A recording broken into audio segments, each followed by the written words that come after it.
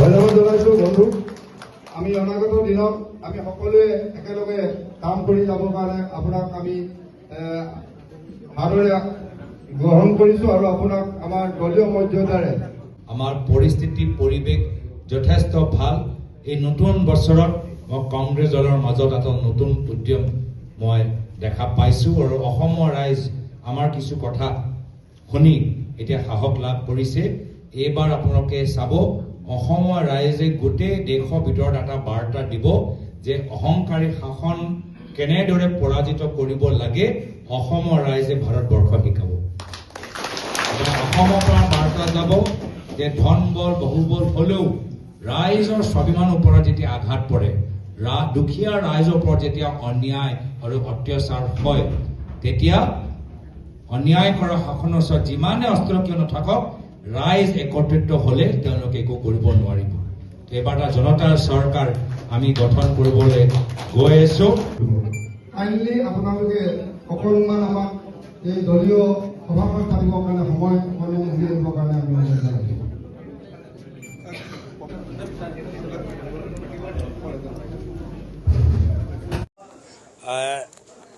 ইতিমধ্যে সমগ্ৰ অসমৰ মানুহৰ মাজত নতুন বছৰ সংযোগ ৰাখি নতুন এটা উৎসাহ তেওঁলোকৰ মাজত সৃষ্টি হৈছে যে অহাবাৰ বিধানসভা নিৰ্বাচন অসমৰ জনসাধাৰণ বনাম এগৰাকী ৰজাৰ মাজত হ'বলগীয়া হৈ আছে।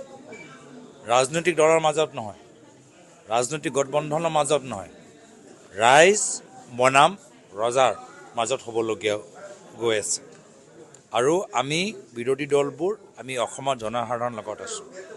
আৰু এইবাৰ আপোনালোকে দেখা পাব যে অসমৰ নিৰ্বাচনৰ ফলাফল সমগ্ৰ ভাৰতবৰ্ষৰ বাবে এটা উদাহৰণ হ'ব যে কেনেদৰে স্বাভিমানী ৰাইজ যেতিয়া একত্ৰিত হয় ধন বল বহুবলক কেনেদৰে উফৰাব পাৰে, সেয়া এটা ব্যতিক্ৰমী এটা পৰামৰ্শ বা এটা উদাহৰণ অসমৰ জনসাধাৰণে আগন্তুক দিনত বিধানসভা নিৰ্বাচন যোগেদি সমগ্ৰ ভাৰতৰ ৰাইজক দিবলৈ গৈ আছে।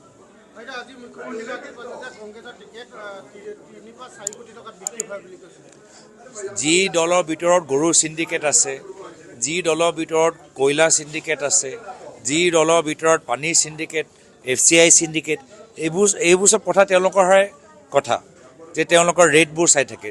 মুখ্যমন্ত্ৰী প্ৰত্যেক ট্ৰাকৰ পৰা কয়লা ট্ৰাকৰ পৰা কিমান পইচা লয় সেইটোও সুধিব, তেওঁ সেইটোও জানিব। যদি মুখ্যমন্ত্ৰীয়ে সোধে, তেতিয়া মুখ্যমন্ত্ৰী যদি আপুনি সোধে যে আপোনালোকৰ বিধায়কে 1 বিঘা মাটি কিমান লাখ টকাত বিক্ৰী কৰে, সেইটোও তেওঁলোকে জানিব। এইটোৱে হ'ল বিজেপি দল, মুখ্যমন্ত্ৰীৰ তেওঁলোকৰ অধীনত তেওঁলোকৰ দলৰ কাম। প্ৰত্যেকৰ ৰেট কাৰ্ড তেওঁলোকৰ ওচৰত আছে। যদি অৰুণোদয় আঁচনি কাৰোবাক দিব লাগে, কিমান ৰেটত নামটো অন্তৰ্ভুক্ত হয় তাৰো তেওঁলোকৰ ৰেট আছে। তা আমাৰ কথা স্পষ্ট যে ৰাইজে বিচাৰে কংগ্ৰেছৰ নেতৃত্ব এখন চৰকাৰ ঘূৰি আহক। আমাৰ চেষ্টা থাকিব সকলোৰ লগত কথাখিনি পাতি যে এই মাহৰ ভিতৰতে আমি 50% আমি পাৰ্টিৰ তালিকা এই মাহৰ ভিতৰতে আমি মুকলি কৰিবলৈ চেষ্টা কৰিম।